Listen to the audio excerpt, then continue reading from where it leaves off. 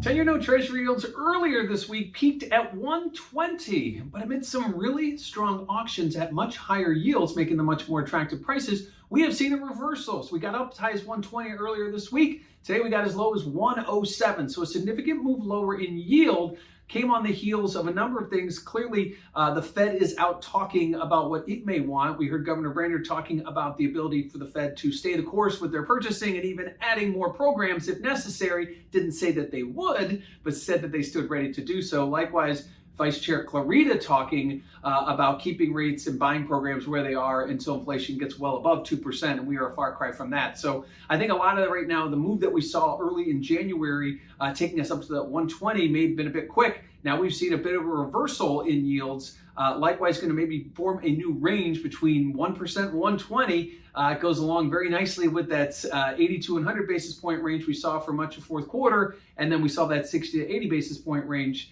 over the summer. So again, we are right now smack dab in the middle of that 1 to 120 range, but certainly well off those highs, and maybe the market's seeing a little bit of uncertainty ahead for the economic prosperity and recovery that we all hope comes sooner than later. Market volatility. Well, market volatility has been mimicking yields lately. As yields go up, we saw volatility creep higher. We never saw a spike higher when we broke out of the old range, but we did see yields kind of elevate slightly. Well, when yields go down, heading back towards those older ranges, we saw volatility go down today as well. So volatility lower today as yields come off those highs. Lastly, what do we have ahead? Well, we have the jobless claims on Thursday. That's obviously one of those key numbers. We talk about it every week. It's that in-the-moment number. Where are jobs and where are the claims coming in? That kind of tells us where we are here and now. We also have Mr. Powell speaking tomorrow. Not a huge speech, but certainly will be watched as it always is. It also comes 2 weeks prior to the next FOMC meeting, which are always of obvious interest to the market.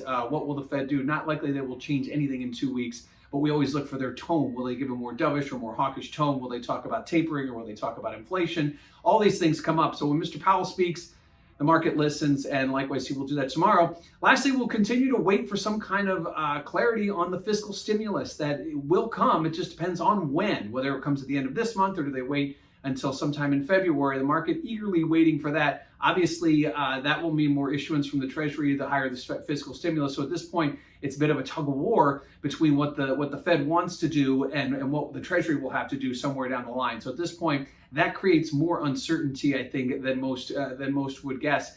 And I think Treasuries right now will likely hold that range at least until there's some catalyst event that could change things. Maybe the economy explodes higher, perhaps things go a little bit slower. Either way, we're waiting for that moment like we are in many commodities. So 10-year note yields well off those highs we saw earlier this week on some very strong auctions and some dovish Fed talk.